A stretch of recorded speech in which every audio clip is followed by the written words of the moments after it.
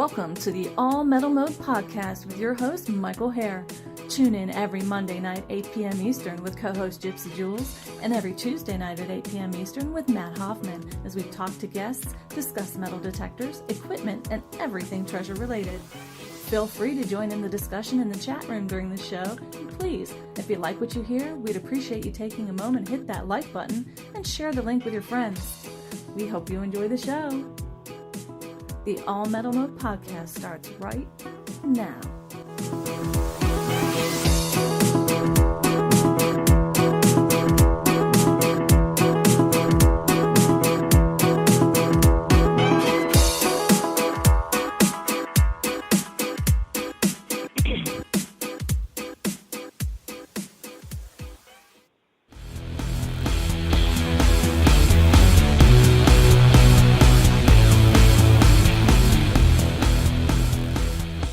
Nocta Macro Detectors is the fastest growing manufacturer in the industry, and for good reason. Many detectorists, including Mike Hare, call us the most innovative, but we are so much more than that. We listen to and care about our customers. We also offer a wide range of detectors to fit all of your needs. Come check out all of our products today at www.noctadetectors.com. Detectors for everyone, everywhere. A lifetime.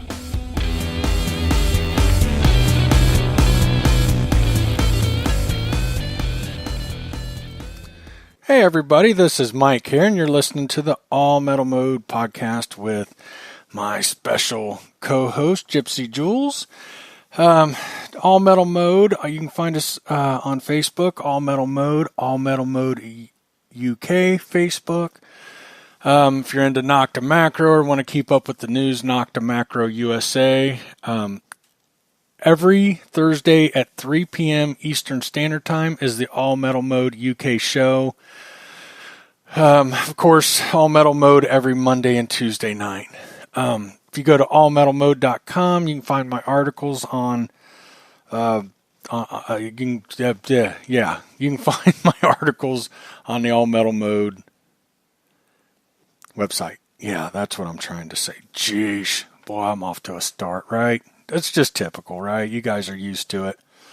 Nocta Macro has a new pulse induction pinpointer / scuba detector. It's all in one.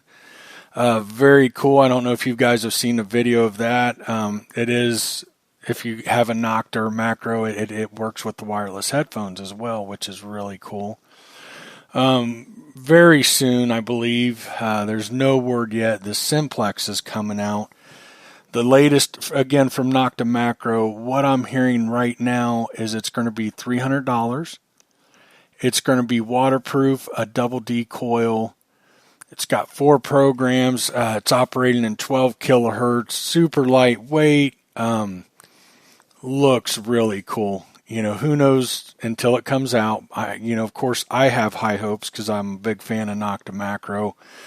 But until it comes out, we'll see. But very promising. I don't know if you guys have seen it yet. There's a new metal detecting magazine, and it is free. It's online. It's a great setup. I love the layout and stuff. Dirt Digest magazine, and it's www.dirtdigestmagazine.com. Check them out.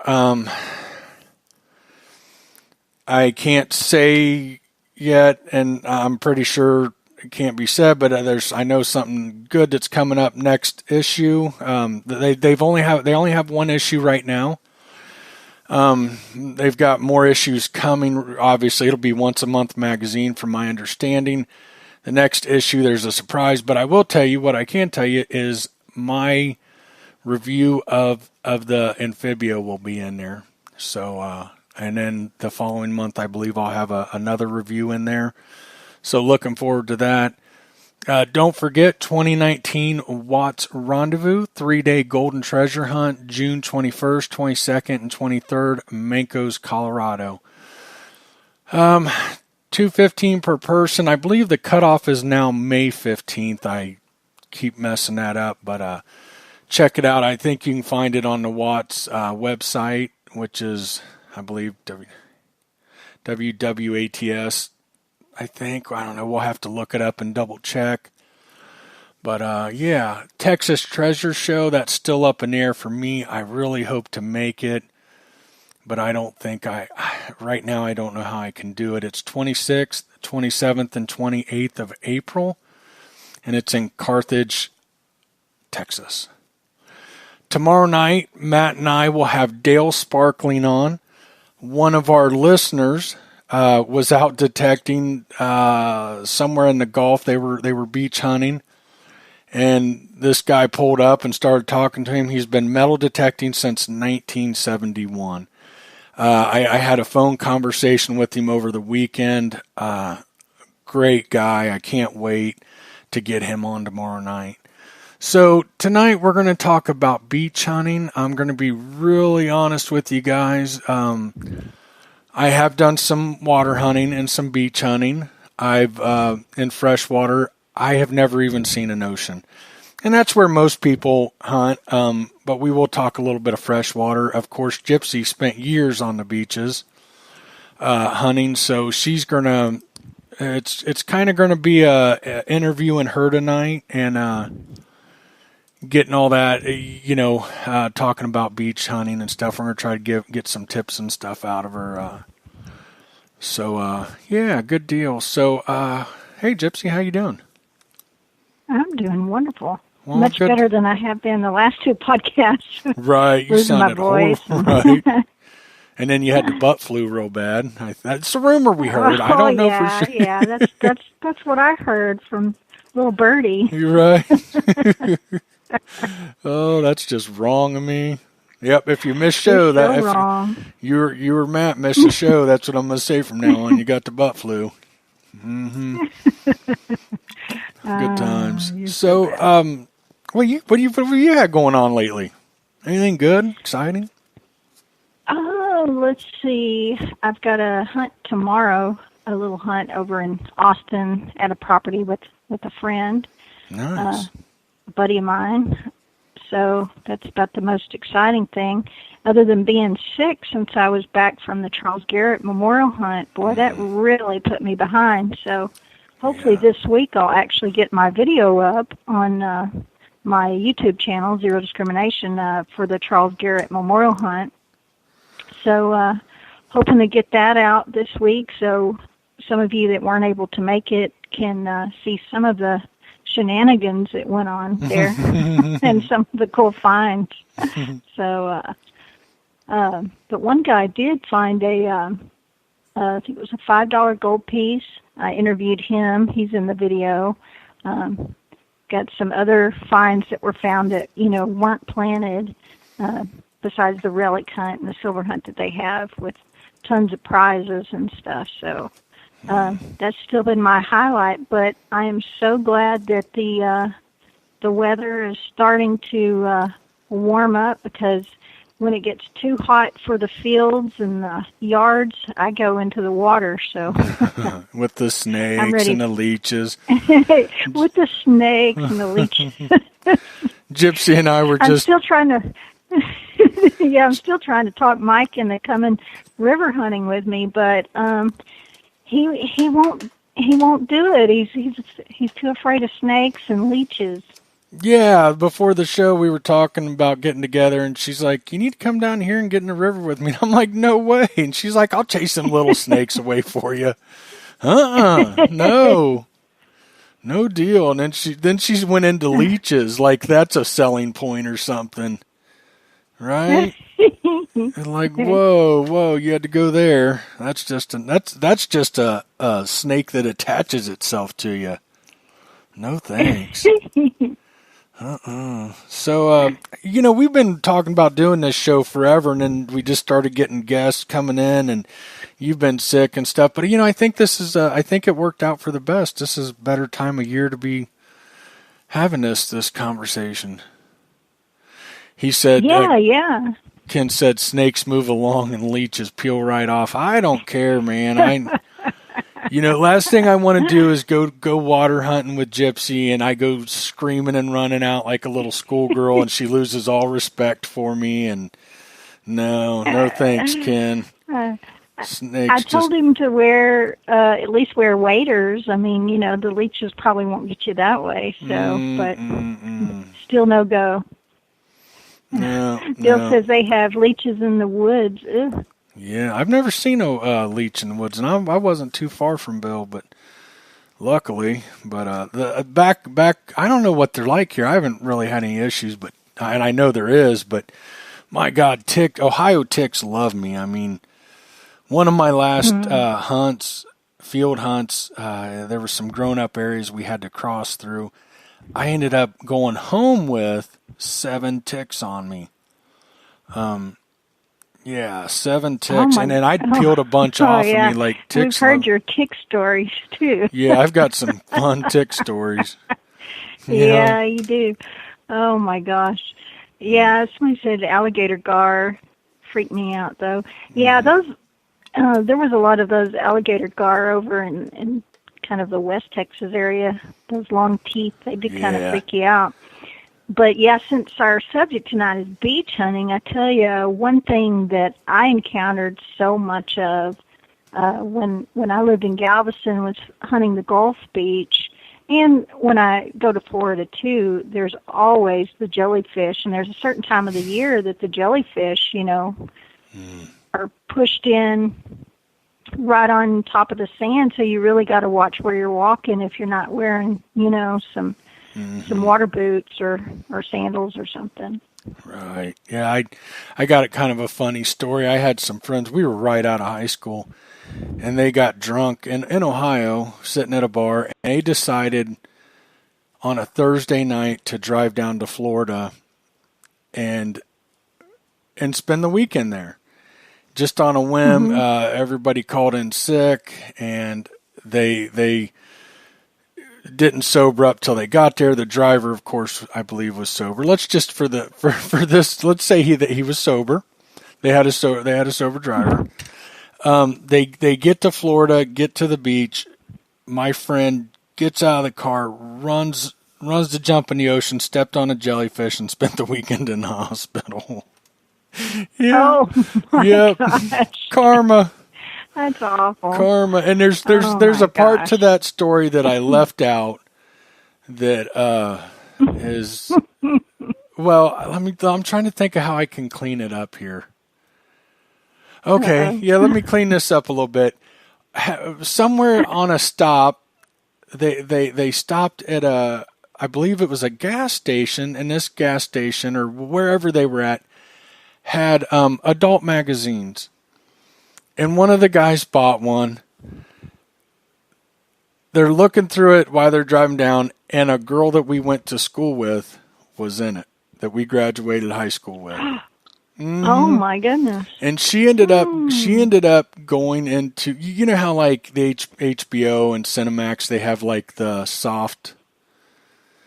Yeah, she ended up doing that. She ended up doing that for years in a bunch of magazines and stuff. We graduated with her. Yeah, that's like my high school. That's like our famous person,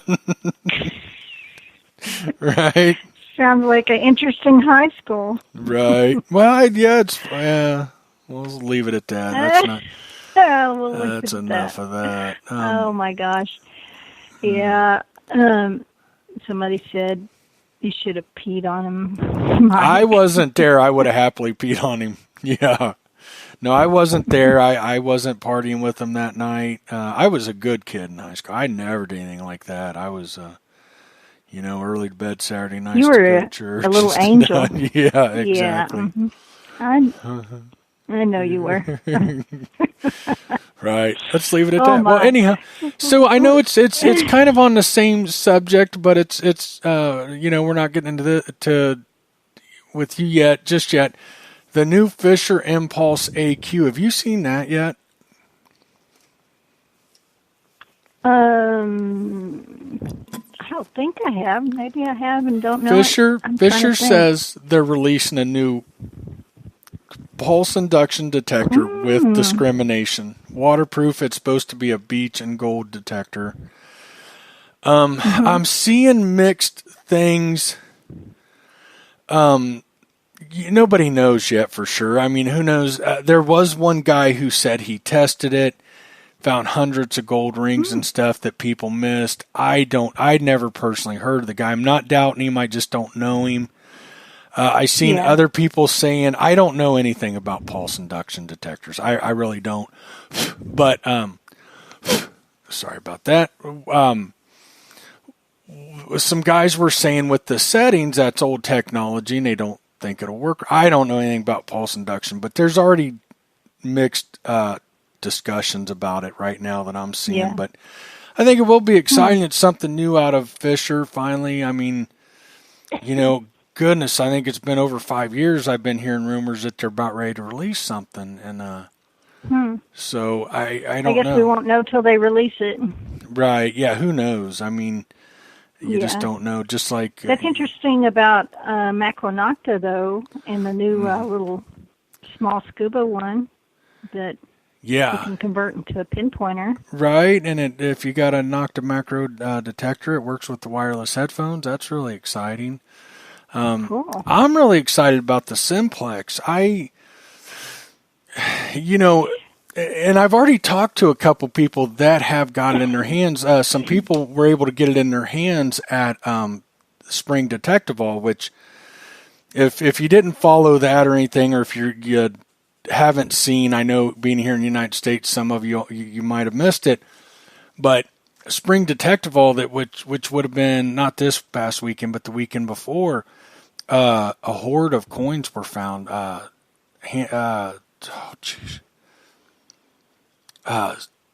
Several silver, but like 6 or 7 gold coins. Did you hear about that? Yeah, there might have been even more gold than that. I can't even remember, but man, they were beautiful. Yeah, it was a horde of coins, horde of them. And that was found at Detectival. But some people there at Spring Detectival got their hands on the Simplex, and I've talked to one guy now, and he's like, wow, really impressed. Really? So, yeah, so and I think from what I'm seeing right now, it's going to be $300. It's going to be waterproof, double D coil, 4 programs, beach, fields, parks. It's going to have iron audio, which is huge for me. It's going to have all metal mode. It's going to be wireless capable, which is pretty big for wireless headphones. For the price point, that thing sounds pretty incredible. Yeah, I mean, right? That's what sells me right off the bat would be the price point. So competitors are going to have to really step it up. Well, we'll see. Especially for me, for a waterproof machine, because, that's what, because I'm such a water hunter, and that's what helps sell a beginner model for me, for people that are wanting to get in the water and submerge, and stuff like that, and do a lot of, get a land and water machine. I mean, there's not that many. Well, there's starting to be a lot more on the market, but with the price point there, I think that's awesome. Yeah, I think it's, if what I'm hearing, of course, till I get in my hands or we get some more feedback, but, that's pretty incredible. I don't think there's anything in that low of range that's waterproof, is there? No, not that I know of. Not that I'm aware of that. So no, that ought to be pretty fun. So Gypsy, how did you get into water hunting? For me, it kind of was one of those things that it had to do with location where I moved to, because I moved from East Texas, where I had bought my first metal detector and had went to the beach, and that's when got me the idea to, I'm going to go buy a metal detector. And of course, I didn't know anything at the first, like I said before, about metal detecting. So I went down to Radio Shack, bought the only kind of metal detectors that I knew that were really on the market because I'd seen them there. And then, later graduated to a Garrett, and then even still, it was a older VLF machine, and I soon found out, that they just don't perform as well in the wet sand, and especially in the water. Of course, that machine wasn't waterproof at the time. So what happened was I moved from East Texas to Galveston, and Galveston is where I ended up starting a metal detecting club there, that the Galveston Island Treasure Club, that's still there. Yeah, how awesome is that? And I once I got that club going and started, of course, researching. I think by then I probably already had my metal detecting store. Had opened it up, because what had happened is I started researching, and I was like, oh, well, I found out in the salt water that a pulse induction machine works best in the salt minerals, and because I had seen other detectors in the water, and I saw the gold rings that they were finding, and more jewelry than what you could find just on the beach. There was a lot more to be found in the water, and so I did my research, and then ended up purchasing it was a Garrett Sea Hunter Mark II, which I actually still have to this day. And even though I don't use it much anymore, it's hard to get rid of a machine that right. Found me so many rings and so much jewelry, over the years. Right. I could easily go in one summer on the beach, and I could easily, we're talking summer, I'm talking 3 months of, being on the beach at least every other day when I could, easily over, 50 to 75 rings and over 10,000 coins. Wow. You could easily do that in just a summer. So. Now, did you ever find anything old on any of the beaches you hunted? Sometimes I would find some older silver coins, but usually it was only after a big, like if we'd get a huge northern storm, or a tropical storm or a hurricane, and that's when there's so many shipwrecks outside of Galveston and all along our Treasure Coast, the Gulf Coast, and of course Florida. You see so many Spanish silver that's discovered, and older artifacts that are discovered after a hurricane. Mm-hmm. And that's because it kind of helps to stir up, what's kind of settled and push it on in towards the shore, and so many detectors, are able to discover it then. But on a normal basis, right. Not really. No. It's pretty much all new. And I wouldn't say freshly lost. I did find some older rings that you could tell that had been, out there for a long time. Mm-hmm. But it's because of the constant tide changes that would bring them in, that you could, were able to find some of those older rings and stuff that was lost. Yeah, a long time ago. I remember years ago reading an article in one of the magazines. I don't recall which one it was, and the guy, it was in Florida after a hurricane, and the hurricane had taken so much of the beach that they had to climb down to the beach. It was such a drop off. It took taken so much out of there, and he was finding gold doubloons after a hurricane. Oh man, yeah. Yeah. After it strips off all that sand and pushes it way out there, and you getting those down to the original. The problem with a lot of our beaches today, I know here in America, I can't say this for other beaches all around the world, but erosion really is a problem. and you don't realize it. I mean, you hear about it, but you don't really realize it till you live in one of these towns where you're on the beaches.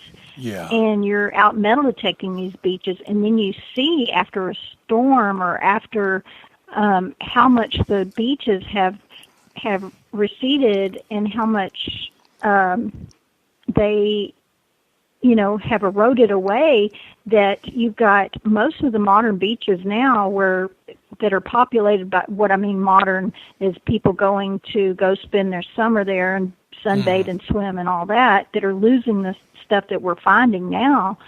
A lot of that is sand that has been dumped.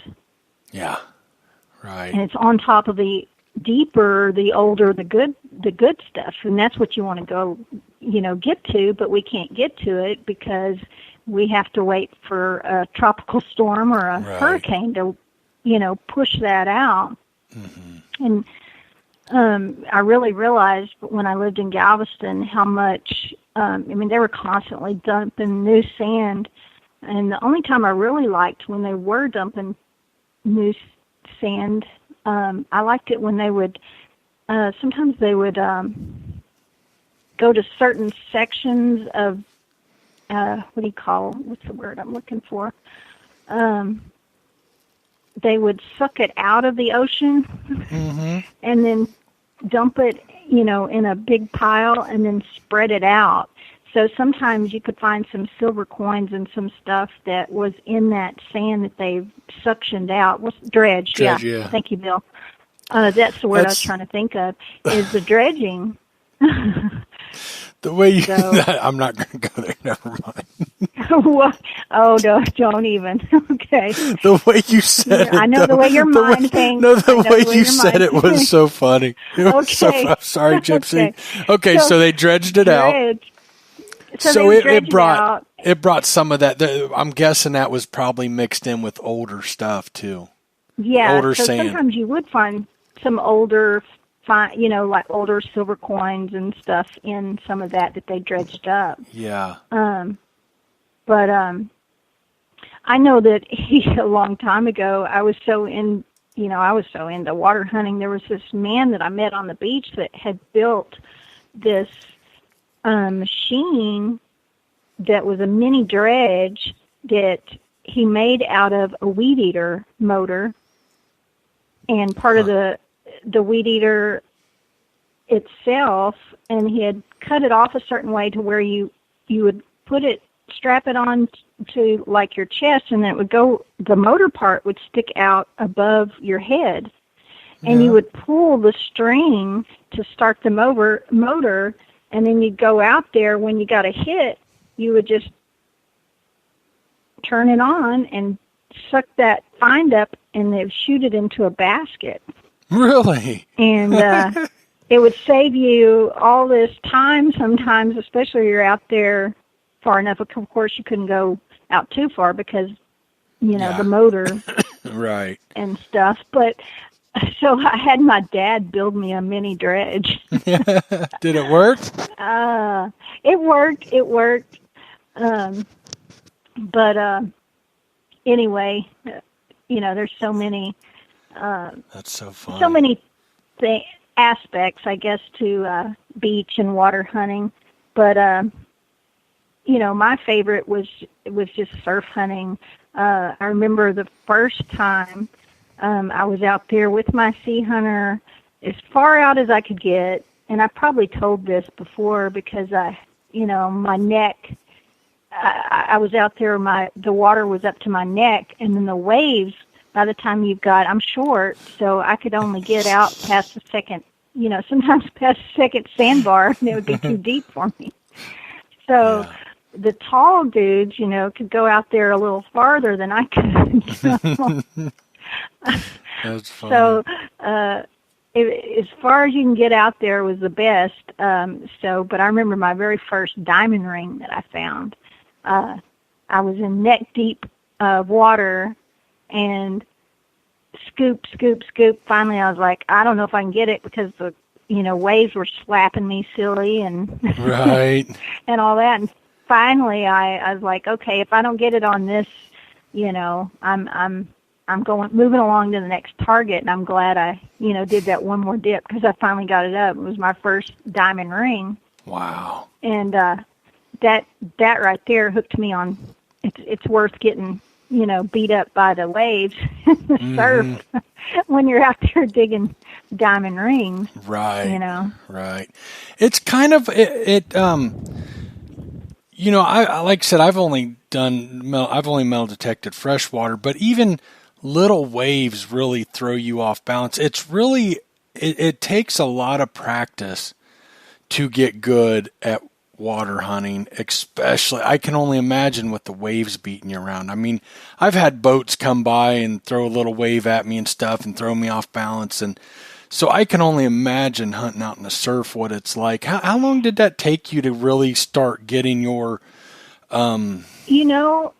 that first year was really a learning experience. I'd say the first year I was constantly learning something new.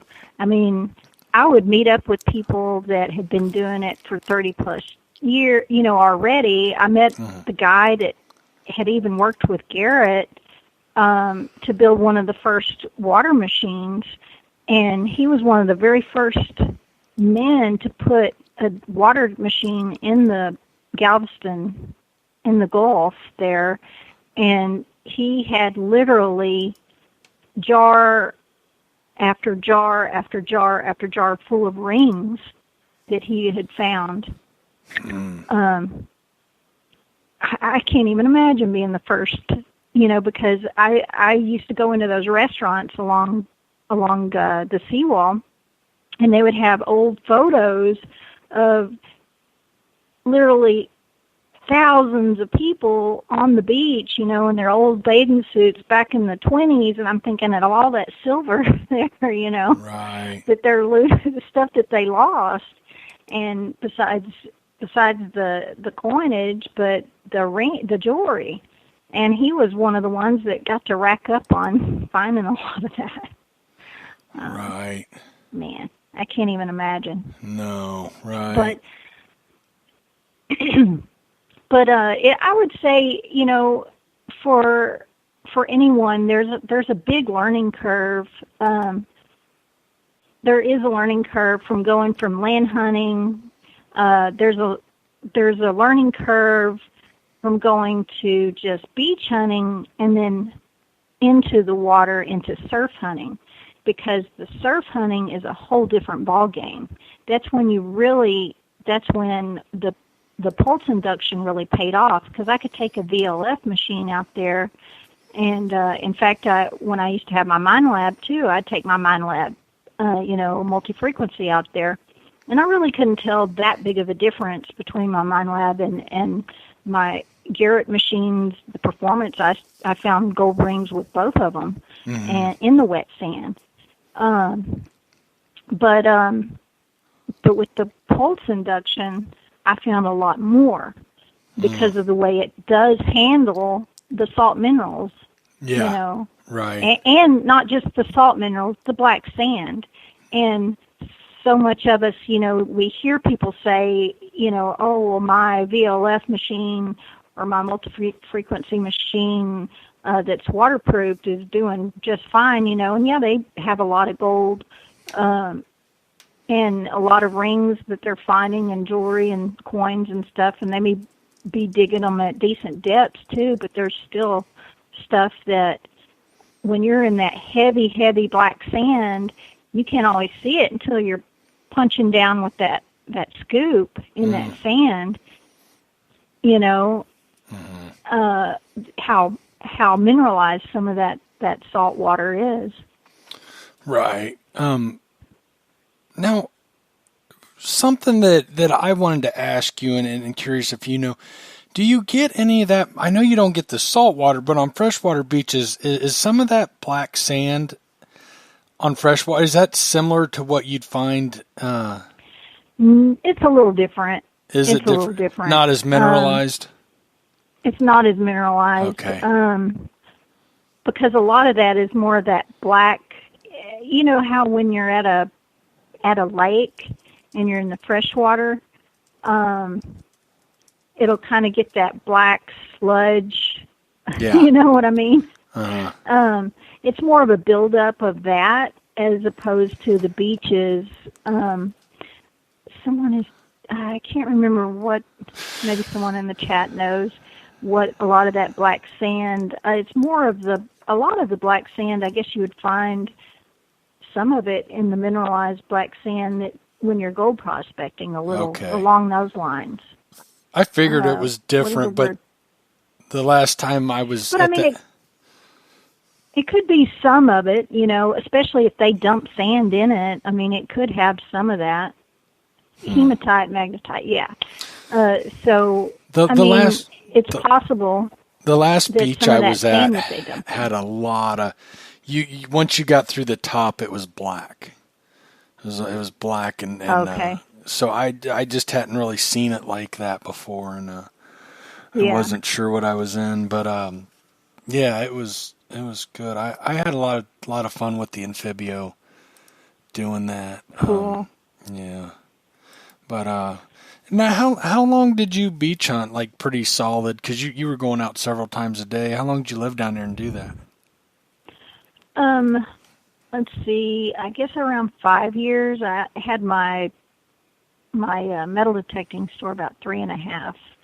So I guess a good 5 years. But then even after that, as often as I could go to the beach, because I lived a little closer to the beach then. Well, and then at one time I moved to Louisiana, which was still close enough, the southern part of Louisiana, so it was close enough to the coast that I could just drive and be there in 30 minutes. Yeah. So that was nice. So now, do you miss it? A lot of beach hunting there. Do you miss it? Yeah. Yeah. I do. I really do. I guess part of it is because,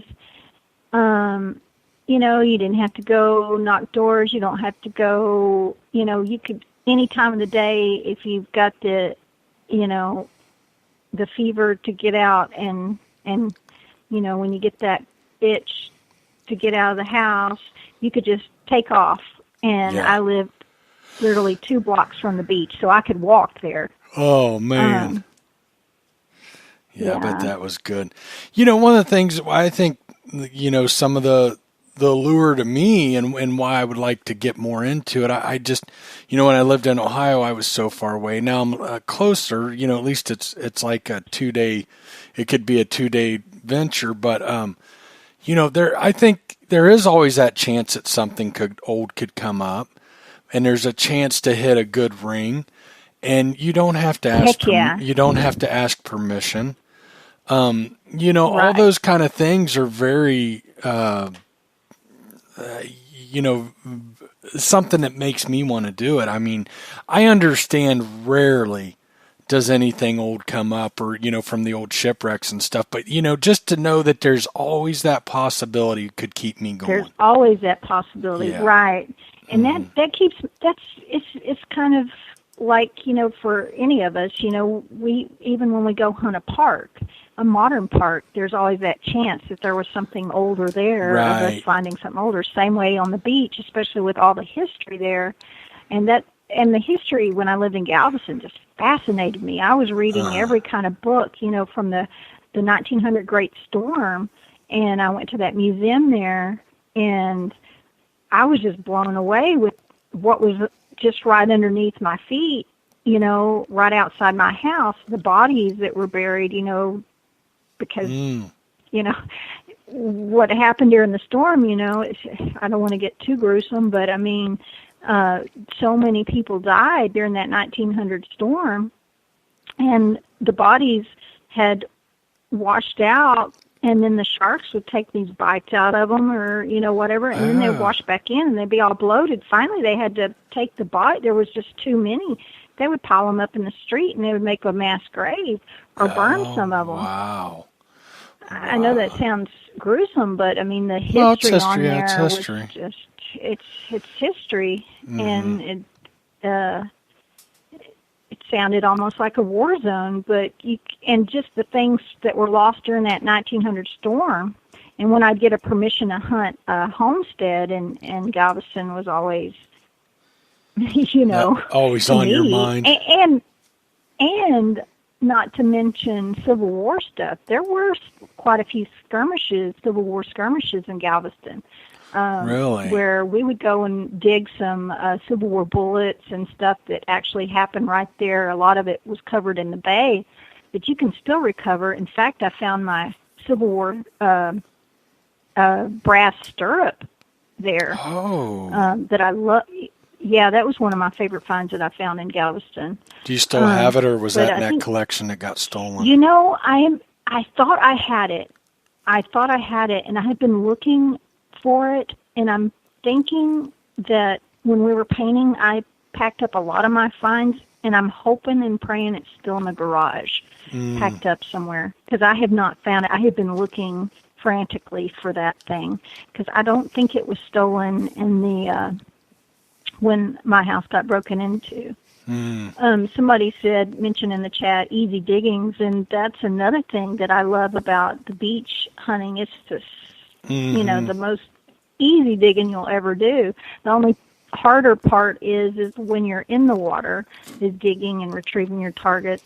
And then besides being in the water, when you're right at the edge of the water, if you don't, if you don't have a waterproof machine and you set your machine down, I had so many people that would come and ruin their detectors that way. That tide, a wave will come in and take it away if you're not careful, if you set it down to dig a target. Or you fall, or you drop your detector, get off balance. Yeah. Right. I've dropped my detectors several times. That's what was really, really, I guess, why I, when I did get my PI, I just strictly used it, on the beach and in the water. There were times, though, that I would take just my VLF machine out and I would grid the beach, the dry sand, and really grid it and dig stuff. But I really found way more jewelry in the wet sand and in the water. Yeah. That's where the finds were. And Wayne says, yeah, cool and refreshing. And that's another thing, boy, when that temperature, you know how it is in Texas, it gets up to 90, boy, I was in the water, Right. So, right. And those poor guys that were out there metal detecting on the beach were sweating like crazy because they didn't have a waterproof machine. Yeah, no thanks. Well, and like I said, that was my hopes here in my part of Texas. I thought, well, summer's so miserable. At least I can be in the water. But really, all I'm finding is local, anyhow, is gravel beaches. But I did find one it's about an hour away, but it's not a bad drive, and I'll go there a couple times this summer. But it's not right down the road from me like my beach. I've got one probably less than 10 minutes away.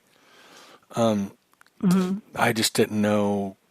I'd never seen a gravel beach. I hadn't paid attention. I mean, I'd even been there, before. I'd even been in that general area or drove by the lake and seen it. I just never even noticed. It kind of sits down. You kind of got to step down into the lake onto the beach area or the swimming area, and it's all gravel. And I'm just like, oh man, that's crazy. But really, really, really hard to recover. I prefer the sand beaches over the gravel beaches. There's one gravel beach here that I went to last summer. I think I wound up with 3 or 4 rings in one day, but I prefer digging in the sand because of the scoops are just so much easier to use. Right. Did you see Bill asked, do you paint or put bright tape on your coil?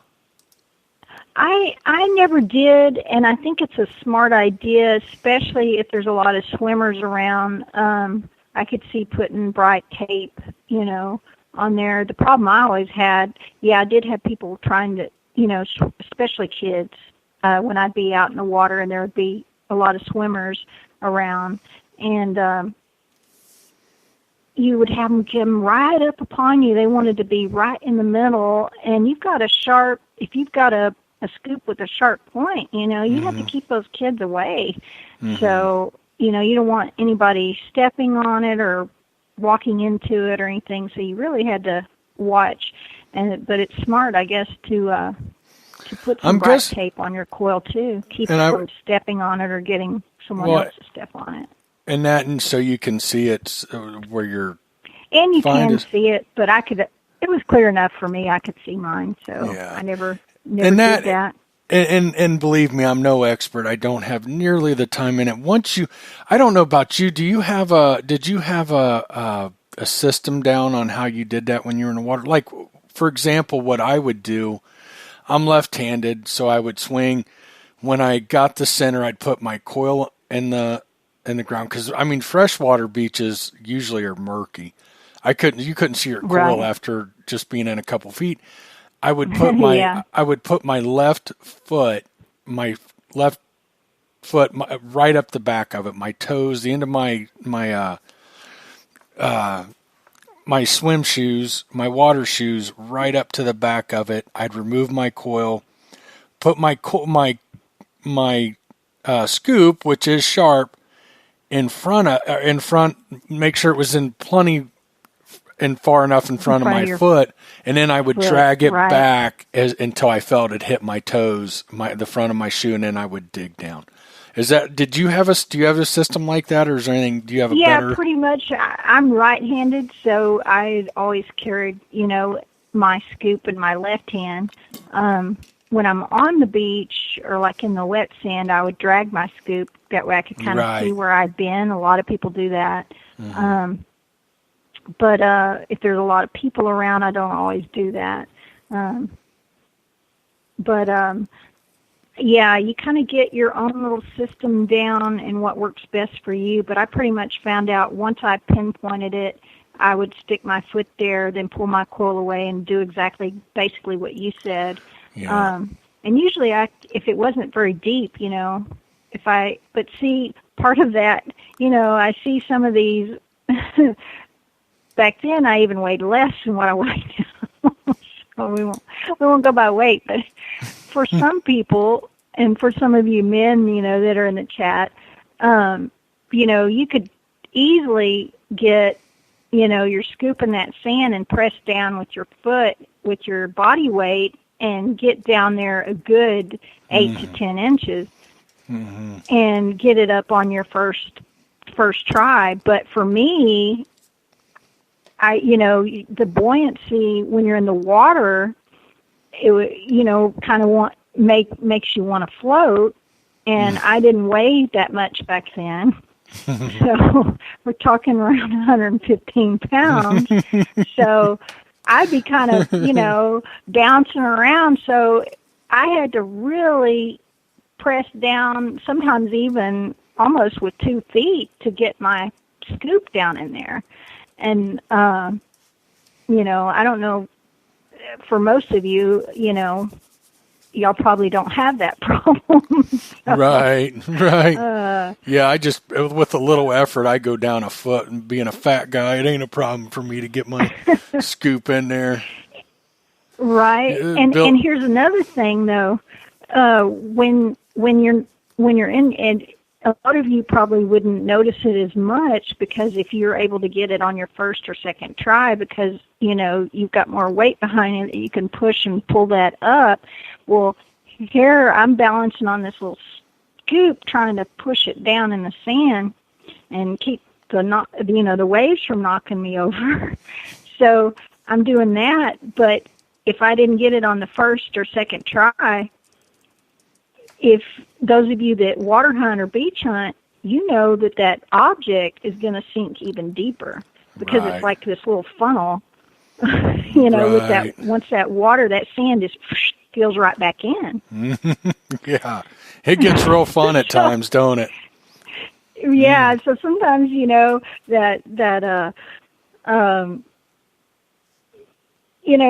that target would disappear on you. So I would know it was still there. I just still have to kind of dig me out a hole as fast as I could before the sand would sink, Yeah. Before the hole would fill in. So it was a little harder for me, I guess. Not as hard for me now because I weigh more.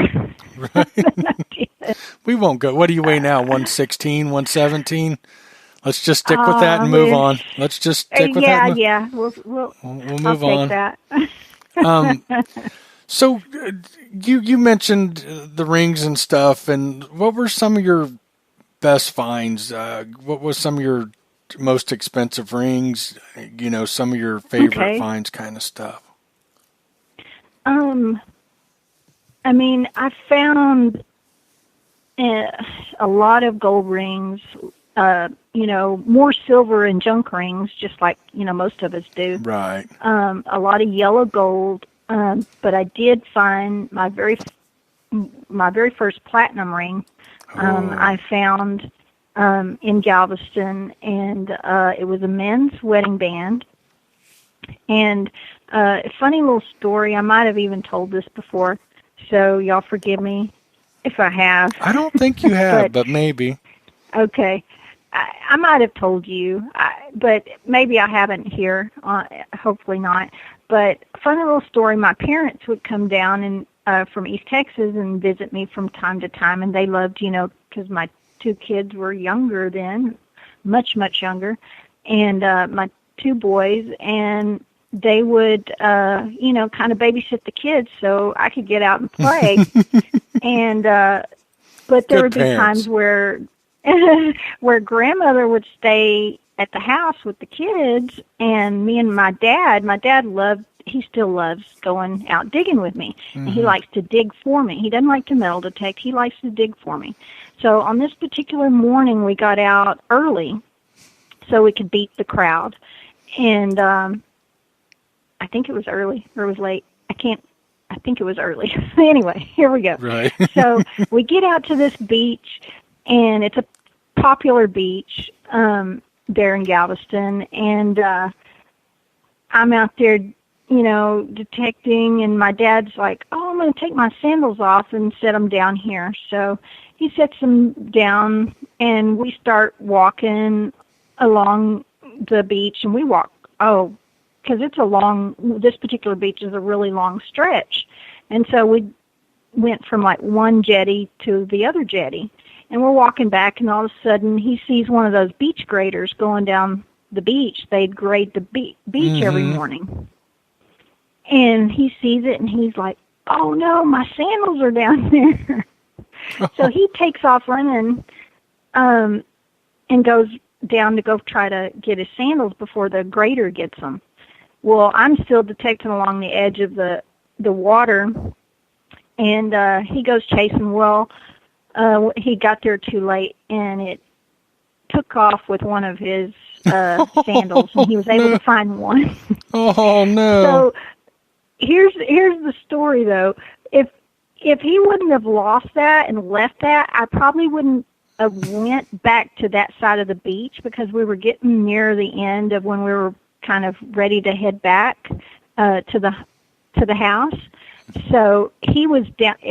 Went all the way back down to closer to where the jetty was, where he lost, and he was still kind of looking for a sandal. And I said, well, I'm just going to go hunt along here.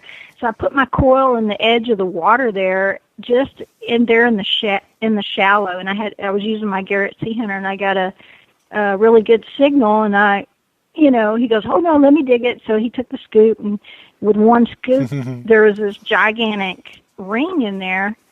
Well, I pulled it out, and, at first glance, it looks like a silver, and I saw these stones in it, and, these were big, big stones. And I'm like, gosh, this ring's heavy, Dad. And I kept, so I was so excited, I was ready to leave. So I'm like, we're walking back to the car. I've already, I'm sitting there holding the ring, but I didn't want to put it in my pouch. So I actually stuck the ring in my mouth. I stuck it in my mouth because I was afraid, when you find something really good, you're like, I don't want to even lose it on the way back to the car. So I stuck it in my mouth. I get to the car, and I'm sitting in the car, and I'm examining this ring, and then I look inside, and I see the word plat in all caps. And I was like, Dad, this is plat. This is plat. It's a platinum ring. It's a platinum ring. I'm so excited. And I'm sitting there examining the stones, and it has 5 diamond stones. I'm like, these have got to be diamonds in because this is plat. So a few weeks later, I ended up taking it to the jeweler, and I ended up getting it appraised. And at that time, platinum wasn't near what it was worth. Like right now, that ring would have been probably worth easy 7,000, maybe even close to 10. Back then, it was worth 3,000 plus. I still have the appraisal and everything, but since then, I did a little. Back in the day, I did a little trade for a metal detector. Nice. Can't go wrong with another detector. You can't. I would much rather have the detector than the ring. Right. And it was a big man's ring too. It was huge. I couldn't have worn it, but of course I do. Like wearing. I still wear one of my. It was the very first silver ring that I found on the beach in Galveston with my first Garrett metal detector. So I still have that ring, and I still wear it. Oh, that's awesome. I got to say this because that's one of my favorite finds. Real quick, I got to say this. David in the chat said, "Fill back pockets with rocks. You need ballast." I thought that was funny. That's pretty good. Yeah, and I also know a lot of people that surf hunt that also will actually put their head in the water and they'll do the snorkeling. They'll wear, the diver weights or whatever, and that's something I probably should have done a long time ago. Sounds scary. And that scary is another thing. We're talking about, river hunting earlier, with all the, we're talking about leeches and snakes and etc. But the things that I had to look out for are if I was out there too far, I mean, you would see sharks from time to time, and stingrays were plentiful. I would see stingrays constantly. I was always afraid I was going to, step on one of their barbed tails and get that in me. That would have been awful.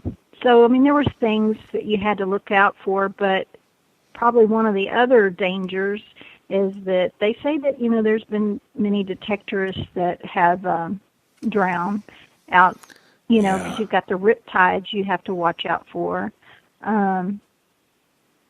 So that's another thing you kind of look for when you get to the beach. If it has one of the little lifeguard stands, you look at the different flags and what they mean. If there is a warning, a riptide or something like that, you just look for that, sort of thing. Yeah. I think if I went to the ocean, because I hate to admit this because I sound like such a sissy, but sharks, I'm serious. I would rather run into a bear than a shark or a snake. I'd rather, if I had to choose what I was going to fight, it'd be a bear. I'd take a bear, a mountain lion, a bear over whatever, over a shark and a snake any day. If I'm going to, it's just not my thing. But spiders, they don't bother me, other than the one that, got me and led into a nasty infection that put me down for months there. But I'd like to find him and kick his butt.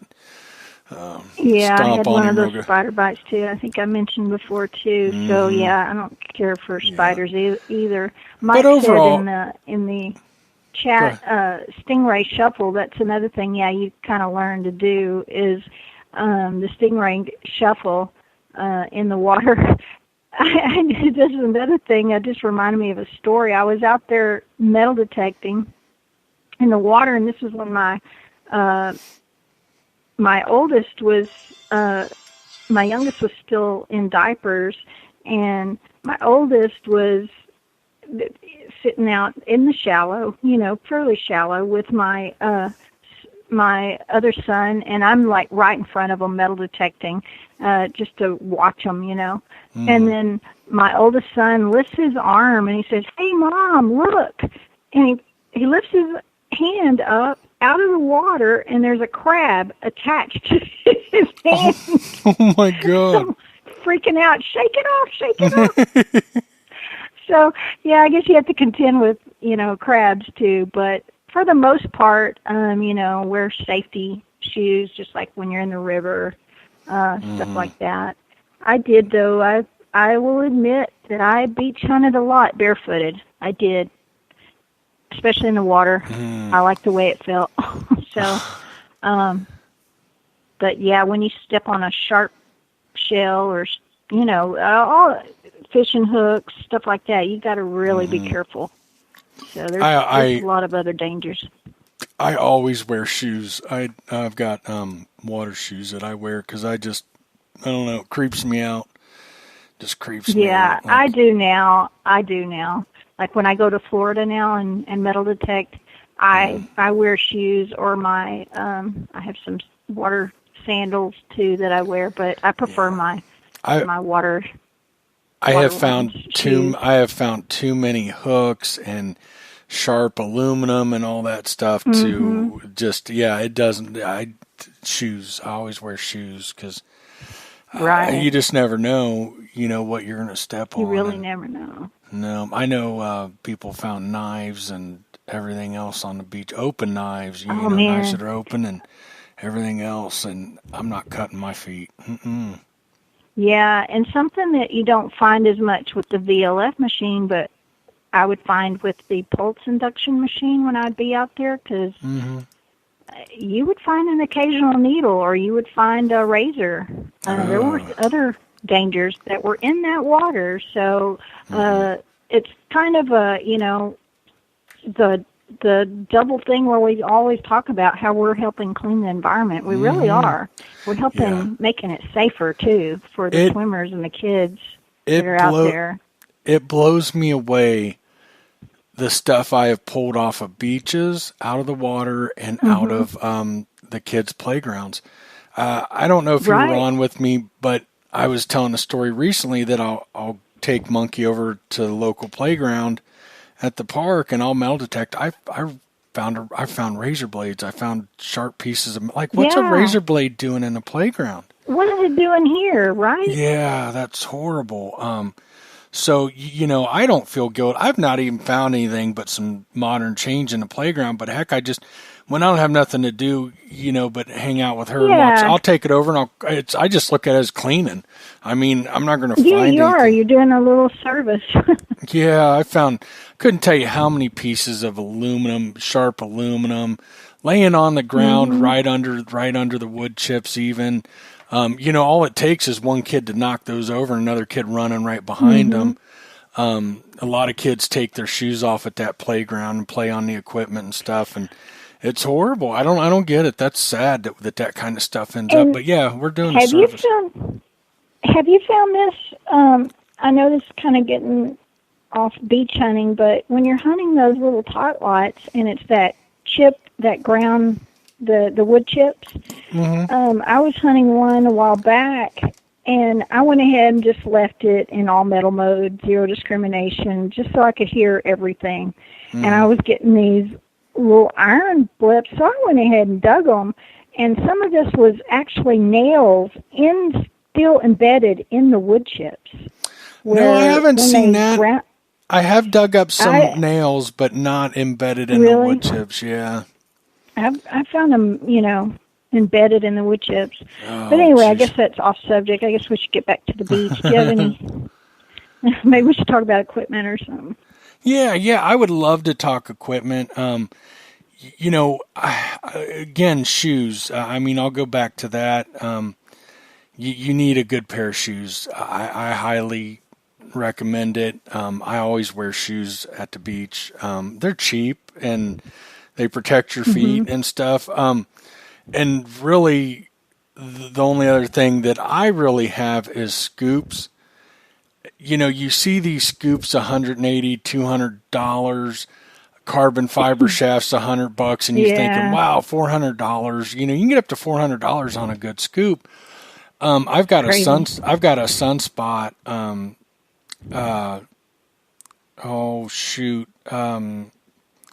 I think the 920IX, boy, you talk about a scoop, and it takes big.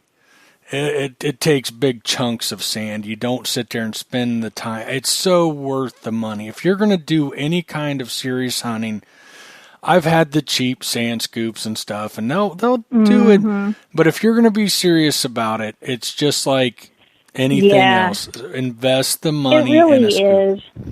Mm-hmm. It really is. So, which is yours stainless steel or is it it's stainless aluminum? Steel. Yeah, it's probably one of the top. I mean, I would say it's definitely at least at the top of the Sunspot scoops. They've been out for a long time. They make some great scoops. Mine's like the 920IX, and then at the back, instead of holes, it's got little grates. It'll hold finer stuff, and it works really nice. I've got a I like the ones with the gradation, the smaller holes towards the back, so your little chains, like your gold chains and earrings and stuff, are less likely to go through those holes. Because I found with I mainly use 2 scoops. I have a stainless steel scoop that I've had a long time. And I did have a big aluminum scoop that I used in Galveston for a while, but it actually did get stolen. And then I have an aluminum travel scoop that I use a lot when I travel because it breaks apart and I can stick it in my suitcase.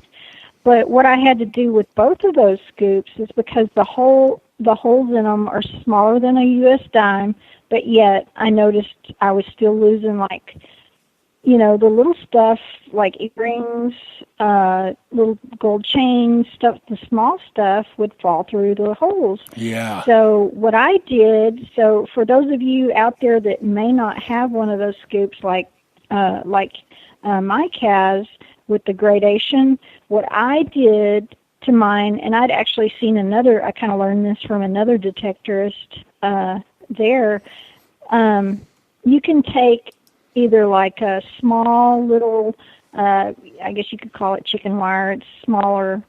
You don't want the tiny screen, but a mid-grade screen. I actually found it was it was made out of a plastic screen. And I just used. You can use many methods. I put it at the bottom and then along the edges, the sides towards the bottom of the scoop, and fasten them to my scoop. I gotcha. And there's many ways you can fasten them too. You can use just what are those little things called? Those little tie things. Zip ties. Zip ties. You can use zip ties. I think one on my machines I use zip ties. Another one I don't remember what I use. But I mean, you can use different things. Those zip ties will last you a long time, even in the salt water. They're not going to rust, so it's fine. Right.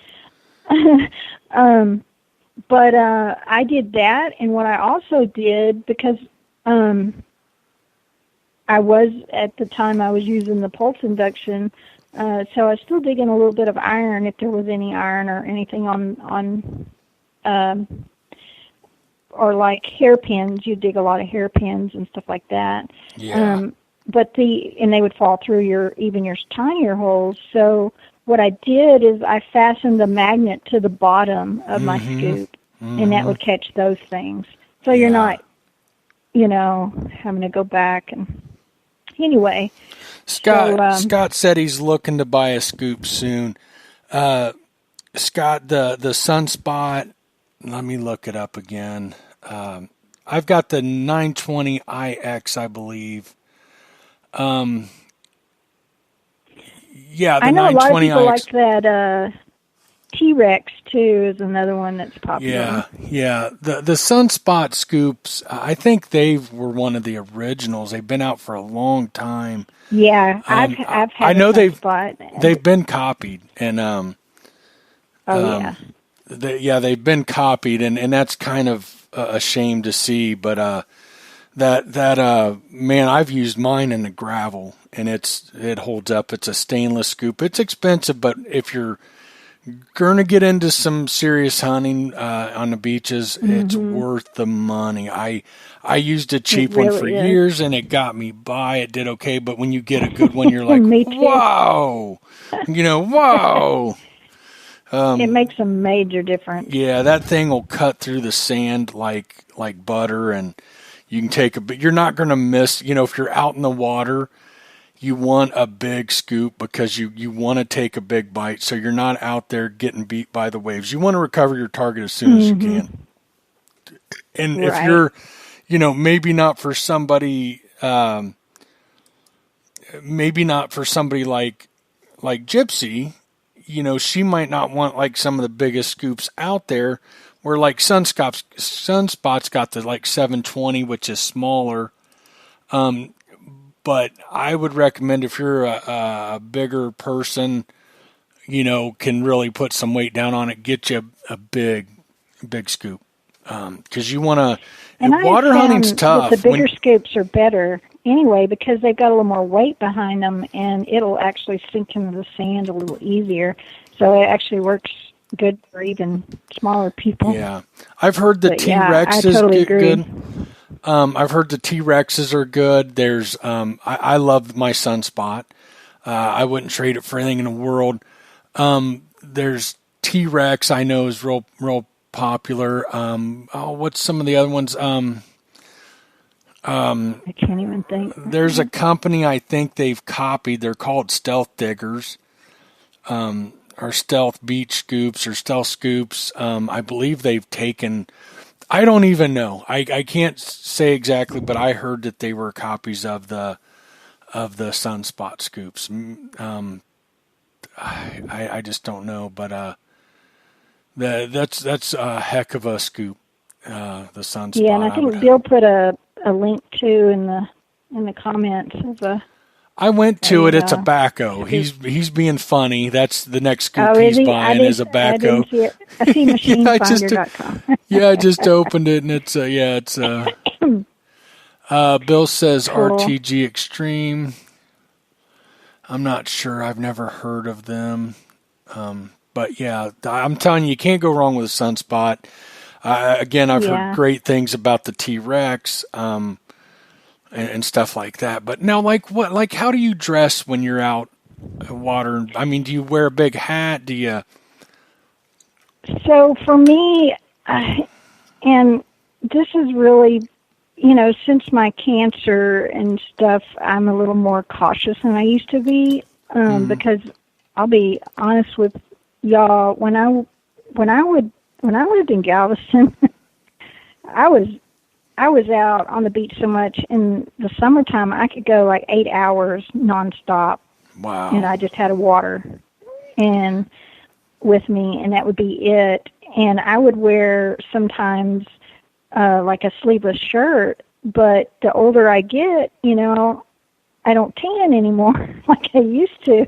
I could tan, I could stay out, make sure you wear plenty of sunscreen and all that. But now, if I don't wear a hat, to protect my face, my skin, bring you extra sunscreen.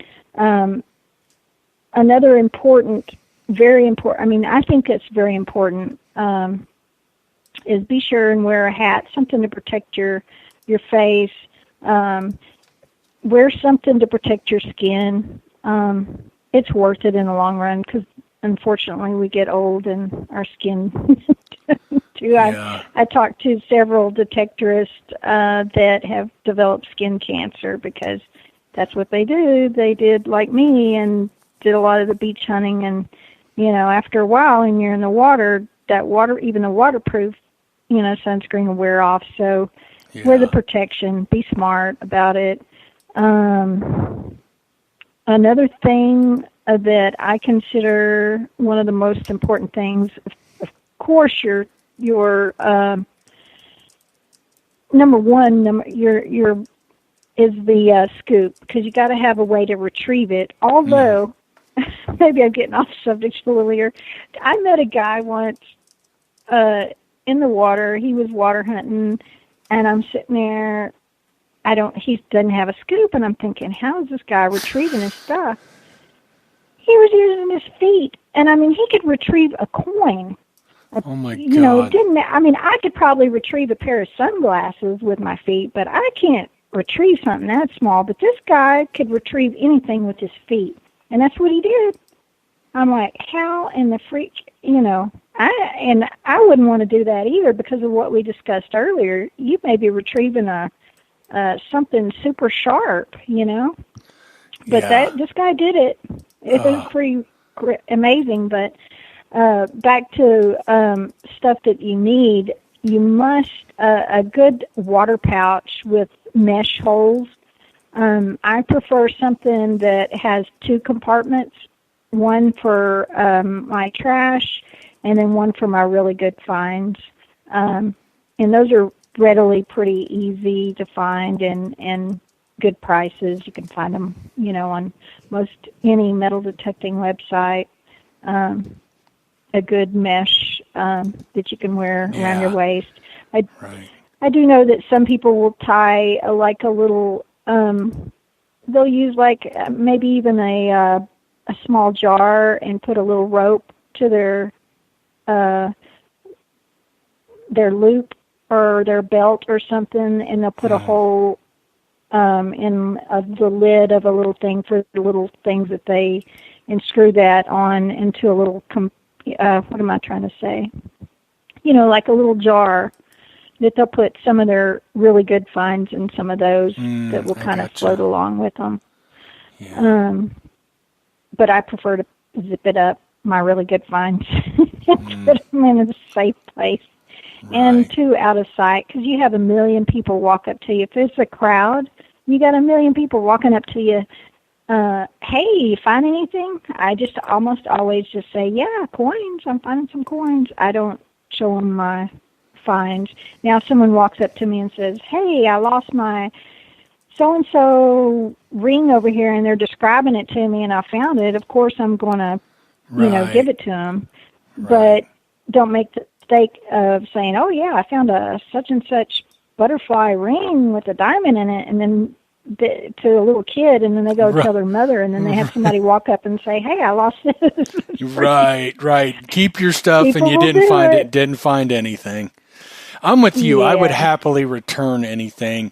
Or if somebody, you know, did you find a ring that looked like this, I would happily return it. But, yeah, I've heard a lot of beach hunters run into that problem, or somebody even watches them dig something and, oh, that's mine, I lost it. You know, and I've even heard of instances. I've had kids literally grab things out of my hand. And so I get to where I'm really careful if I have an audience, you know. Yeah. Little kids will, you know, I've had kids walk up and, I mean, I was glad it wasn't something good because, I mean, I would dig a coin and they'd walk up and grab it out, snatch it out of my hand and go, mine, take off. The parent didn't say anything. You know, I give kids, you know, a lot of my finds in the toy cars and stuff like that I find. Right. But, you know, it's a different story when they're snatching it out of your hand and running. Yeah, that's really, it freaked me out. Is there any, is there, I'm sorry. Is there any particular bags that you recommend? Off the top of your head, I know I'm kind of putting you on the spot here. No, not really. I have 2 bags, 2 that I use, and one I won't mention what company. They sent it to me free with a purchase, and then the other one I had purchased from actually. Will you not mention that one because you didn't like it, or? No, I'm just saying. It just came free with a It was one of those freebies you get, and I like it. Okay, but I prefer a bigger bag, honestly. Okay. Because sometimes it's a smaller, smaller bag. Some people will use, like, I think Wayne had mentioned, check out the scuba stores. The scuba stores will sometimes have some really good bags. I prefer, of course, the bags that that you can fasten, around your waist, so I can put my pin pointer in it. Not that I'm using my pin pointer in the surf really, but when I do go up on the beach, I prefer to use my pin pointer. Right.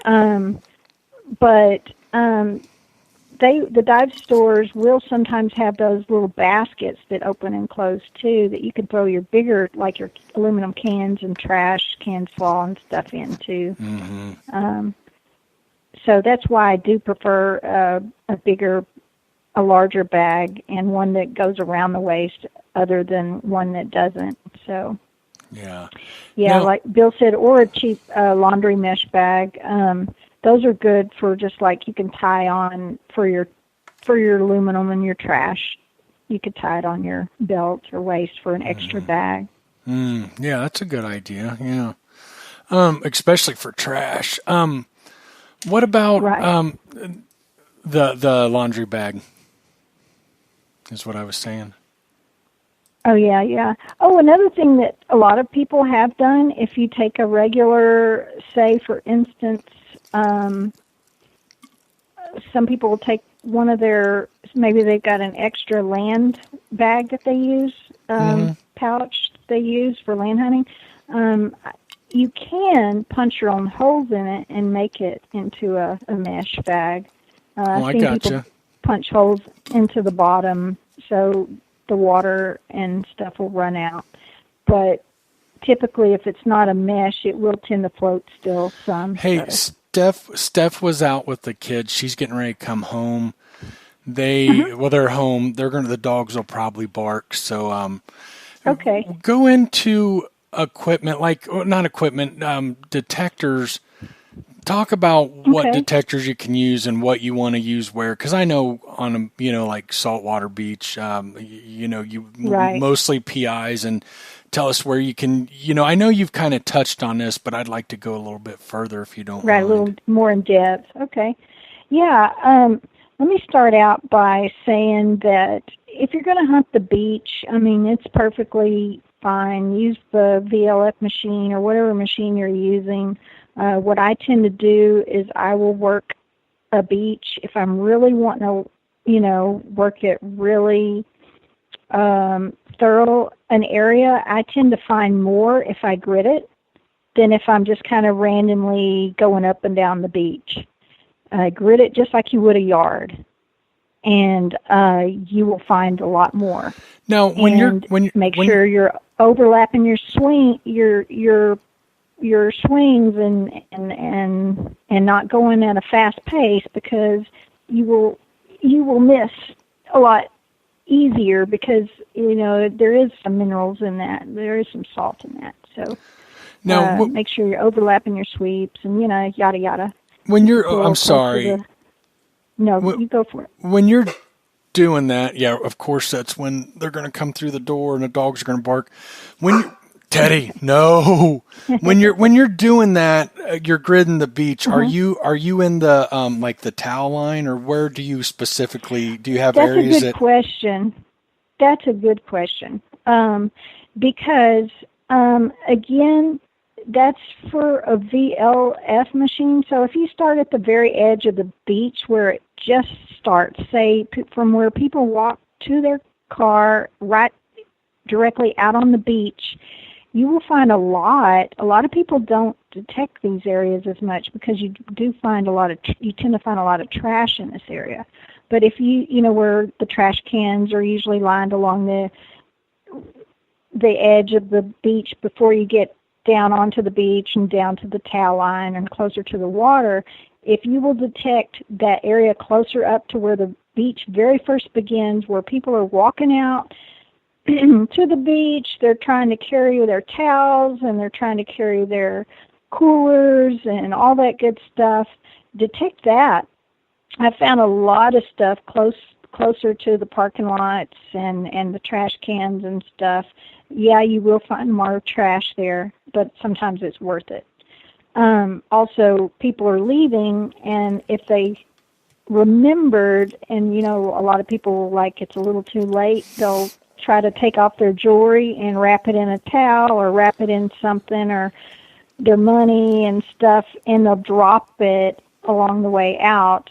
So be sure and look for those paths, those bridges that go across some of those areas. I found more stuff along the steps, the bridges, the areas to the parking lot that right as you step onto the beach.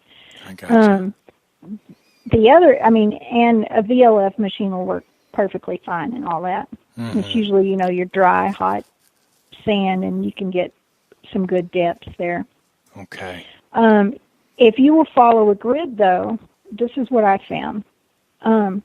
If you will follow a grid from the edge of that start of that beach all the way down to the shoreline, and then back up, just move over just a little, and then back down, back up, back down, back up, you will begin to find a pattern.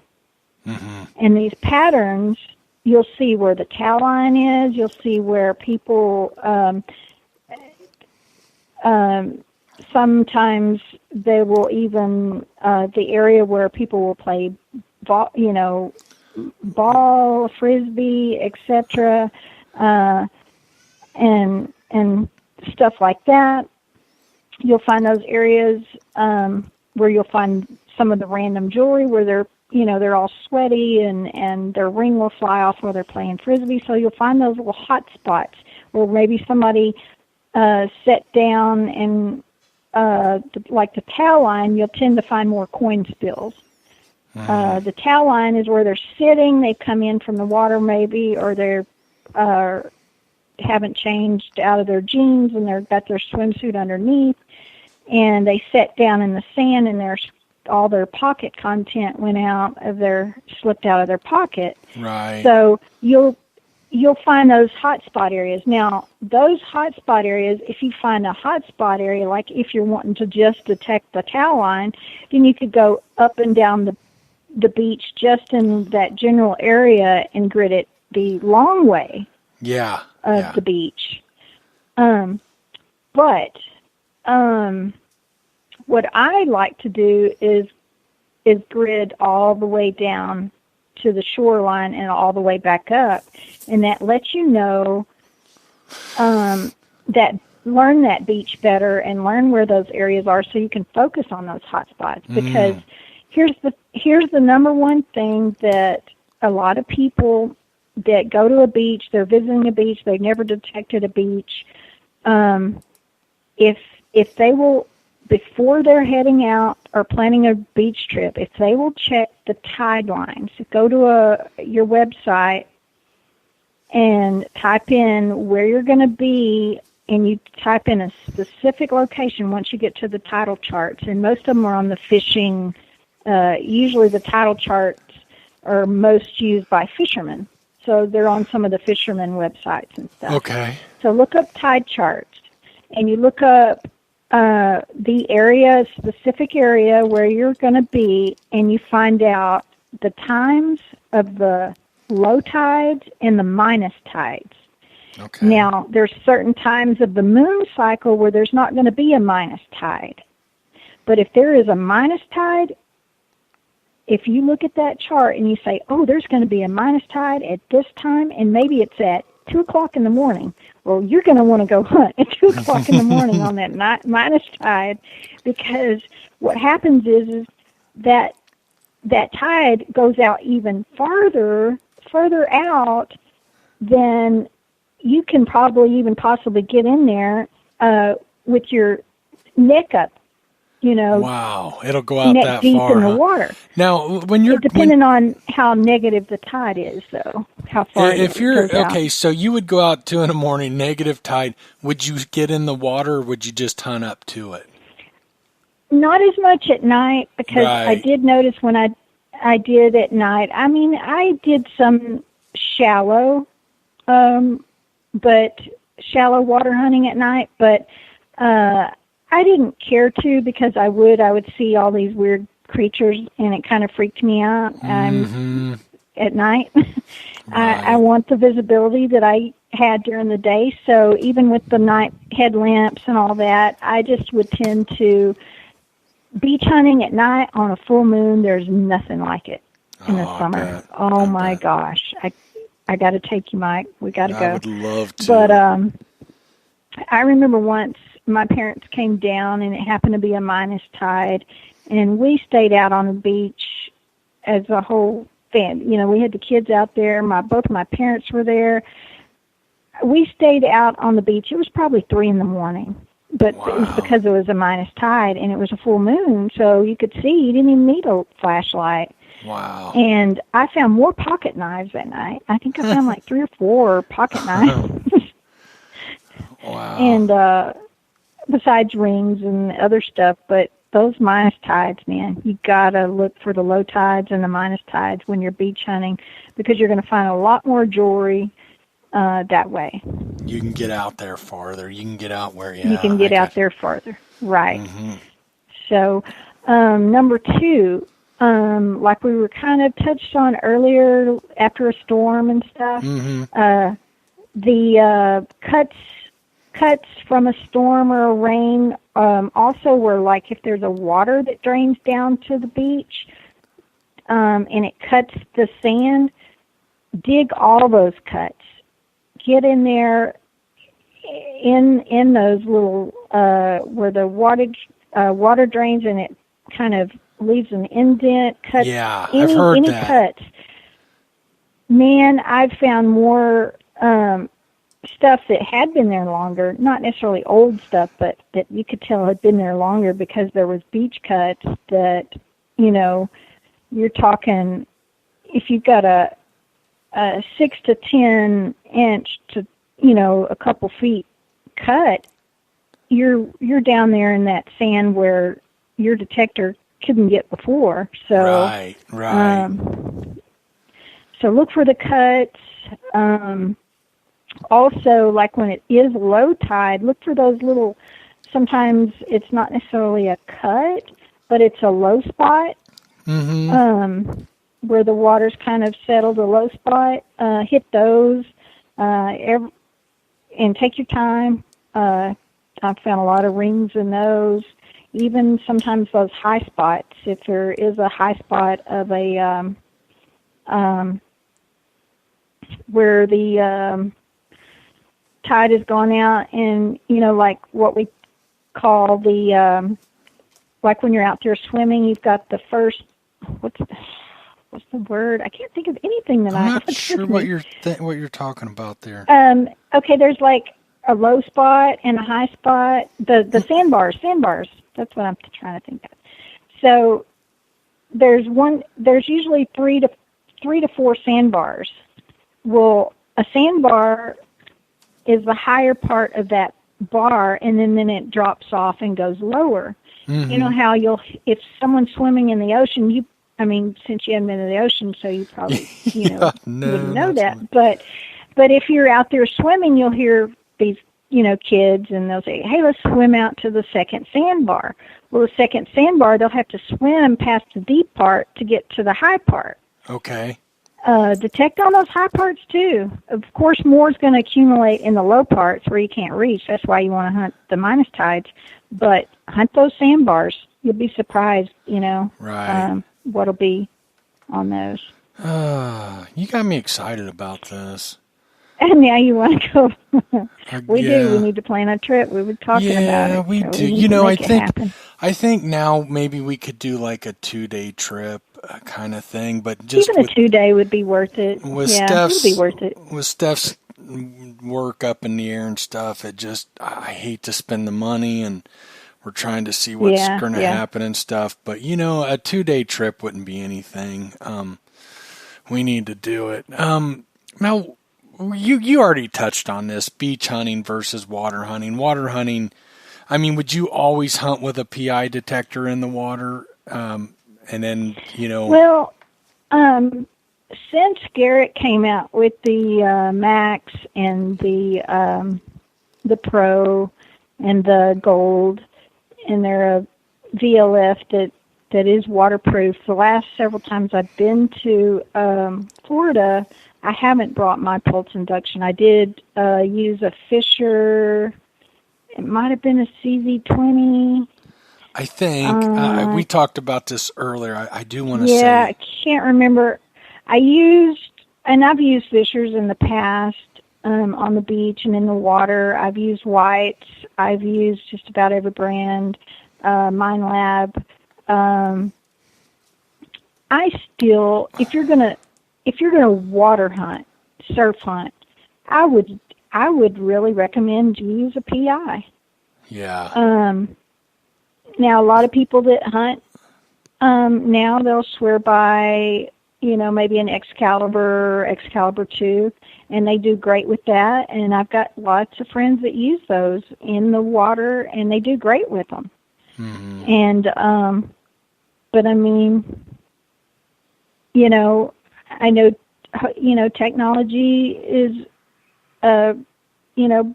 that's before I had my PI, before the the Excaliburs came out for the water. Mm-hmm. There's the Excalibur. I am right, Emma. Yeah, the Excal. Yeah. And I've talked to, like when I was in Florida last year, I have some people that prefer certain Excal, like over the other, like the beginner ones over the 2s, and it's really what are your preference, but I really do like the pulse induction in the surf. I love my Garrett AT Max on the beach. It worked fine in the wet sand. You just got to turn that sensitivity way down, because that sensitivity, it is just such a sensitive machine. So you just got to learn how to control that, and it'll do fine. I found my silver bracelet last year, which we talked about a little, is my Roman coin that I found in the water. A little wet sand under the bridge there, with my Max. My Max worked fine. My Garrett AT Pro, I met up with my friend David, what's his last name, Purcell, that uses lives there in Florida, and he uses the AT Pro all the time, and he finds some killer finds, Yeah. He doesn't really go in the water. He just hunts the wet sand and the dry sand. But Gotcha. he does really well with his Pro. David asked, because of more iron content in ocean waters, it's the salt and the mineralization, correct? Yeah. Bill Right. Yeah. But the black sand's mineralized, which I believe you find a lot on those beaches and stuff, yeah. right? Yeah, and the salt. And there's certain beaches that I've been to where the black sand, the mineralized sand, was worse than others. That a lot of people wouldn't even bring a VLF machine out, or even a multi-frequency machine out. They would stick to a pulse induction. And I know a lot of people consider pulse induction old technology, but it works great on the wet sand. It just does. It's a fact. So, it just takes a while. If you've been using a VLF machine or a multi-frequency machine for a long time, it takes a little while to get used to the pulse induction. But once you get used to it, you'll be able to tell if it's iron just by the double blip. On the machine that I was using, you kind of got a double blip. You can tell. You can tell basically what you're digging. You can tell the sweet sounds. I got to play with the Tesoro. I always get them mixed up. You got the Sand Shark and the Tiger Shark. I think the Sand Shark is the PI, correct? I've used those before. Yeah. I think it was the Sand Shark, and then, the what was the other one you just mentioned? Tiger Shark. Was it Tiger Shark? Yeah. I've used both of those, and I had friends that used them there in Galveston, too, that did really well with them, and I used both of them, too. For me, it was more the flat coil. I didn't like the way it would kind of move a little with the waves and stuff, but, I just... I gotta say, I think this is one of mine and your better shows. You've talked so passionately about it, and I can hear the excitement in your voice. You're making me want to go. It's been a lot of fun, Gypsy. I was afraid that it would be hard to get a show, and I just didn't know. I mean, sometimes you're kind of quiet and you kind of hang back, and listening to you talk so passionately about this, like I'm just sitting here thinking, how can I do this and get down to the beach and spend like 2 days? I got to talk to Steph about this, and what can I offer Steph that she'll let me go metal detecting for a couple days? But I know right now she's getting ready for Easter in her stores, and that's really busy. But we need to do this. We need to kind of plan. We really do. The Let's tides get it on the calendar and do it. Yeah, we need to find a way. Yeah, we'll start planning we'll go by the tides, find out when the minus tides are, and then plan the trip around that. Because I'm telling you, from experience, man, the minus tides are the way to go. Really is. I'm all for it. If it falls at night and we do some night hunting, oh my gosh, you're gonna love it. You're gonna love it. Right, oh you're gonna gosh. get me hooked, and I'm gonna end up getting in trouble because I'm always escaping. Leaving to go get a gallon of milk and coming home the next day from the beach, and But what I was thinking is, a 2-day trip. And if it's minus tides at night, why couldn't we leave like afternoon one day, get down there, hunt at night, hunt the next day even? I can sleep. I can take naps in the car, whatever. It'd be a rough 2 days, but it'd be worth it and be fun. Definitely. We can make it work. We can figure something out. We just need to do it. We keep talking about it, and then things happen, and time's just flying by. Let's definitely do it, yeah. Time will go by. Well, the summer will be gone if we don't plan it now. Right. One other thing I want to point out, a quick tip about beach hunting and water hunting and stuff. If you're hunting a beach and it is low tide or minus tide, a quick let me tell a little story first. I might have told this story before too, but I have told this story before. My friend in another metal detecting club, I had gotten her interested, and her husband bought her it was just a Garrett Ace 250 at the time for Christmas. And so here it is. It's Christmas. It's cold weather, but we want to go to the beach. So we decide after Christmas in January, we were going to take a trip in January to the beach. And so we drove down to Galveston. I've told this before, but I don't remember this. I never will forget this. You'll remember it when I start talking about it. But I got my friend out there, and she's out there. This is her first time really. I mean, she played with her detector, but her first time really out metal detecting. And I drag her to this beach. We get a really cheap motel there on the seawall because it's winter. It's off season. So right. Anyway, we get out there, and there's this huge northern that is blown in. And so there's no one on the beach. We're like the only crazy people out there on the beach, 2 detectors, women at that, and we're bundled up. We look like Eskimos, and literally her little jacket thing she had on had a little fur around it, so she really looked like an Eskimo. And she had like this scarf wrapped around her face, over her mouth and stuff, to cover the wind. And if you've ever been on the beach in the northern, the wind is so strong it practically blow you away, and it's blowing the sand and everything. So it's January, it's freaking freezing, but we're crazy and we want to beach hunt. And it happened to be not quite minus tide, but it was low tide. Yeah. And we're out there, and it's so cold that we've got snot running out our nose, and it's probably frozen, so it's going to be really gross. So we're walking around like detecting, and I get her out, and I say, okay, here's the tip. We got to find, it's below, when there's a low tide, there is where the high tide, when there's a high tide, you can always see the high tide line. Mm-hmm. You'll be able to see where the highest tide comes up to the edge of the sand, the beach. So you've got the high tide line. You got the mid line where it's average low tide, and then you've got this another, you've got your low tide where you can see where the lowest part which is, if it's low tide, that's the farthest point closer to where the water's edge. But if you start doing a grid, like I was saying, from the water's edge up to the high tide line, back and forth, you will eventually hit an area, what we call, you'll find the lighter metal objects like the pull tabs and stuff will hit a little higher up because they're pushed by the waves higher. It's not as heavy as a metal.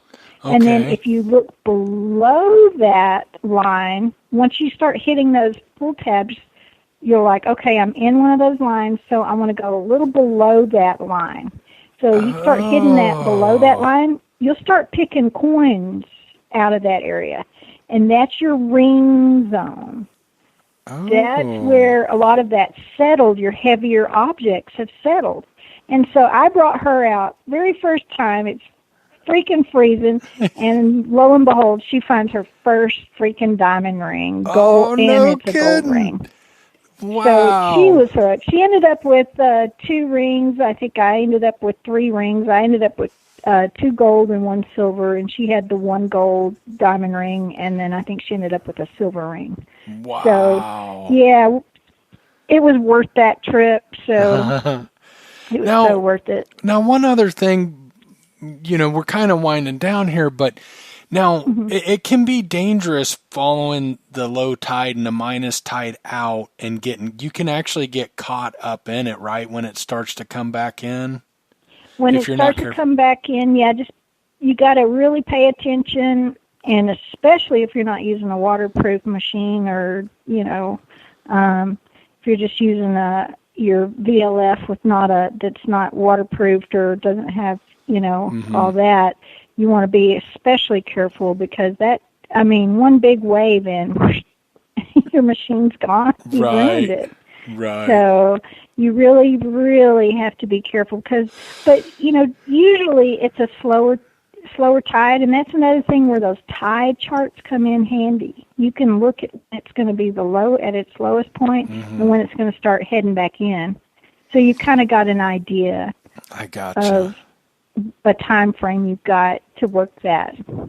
So yeah, I got. I hope that helps. Yeah, you've given so much good information. Like I've never, I've talked to a lot of people that hunt, water hunters and stuff, but I'd never heard a lot of the things you said tonight. Just great information. Thank you so much, Gypsy. It's been a fun show. I've really enjoyed it. And, It's been fun. There's still so much to beach hunting, but you kind of have to get out there and experience it. And like Bill just mentioned something about the seaweed too. That's another thing. In Galveston, there's what they call a red tide, and it's with this reddish colored seaweed comes in, and it starts hitting the beach. It piles up, and they literally have to scrape it off the beach. But a lot of the lighter things will settle in that stuff, but I still detect it because you'd be surprised. I'd found dollar bills and $10 bills and stuff that would get wrapped in that stuff. Plus your necklaces and stuff like that will get wrapped in that. So there's something you want to detect too, and stuff that gets covered with that. But anyway. Bill said, "Great guest tonight." That's fun. That is fun. Are you ready to wrap it up, Gypsy? I think we covered everything really good. You really, there were so many things I didn't know that you shared tonight, and just a wealth of information. That's awesome. That is awesome. Real quick before we go, we dig the Civil War headquarters. That's on Facebook. Really neat group. That's Dorian, which hopefully we'll have him back. I was hoping to get him back on. We will get him back on soon to do part 2 of the KGC.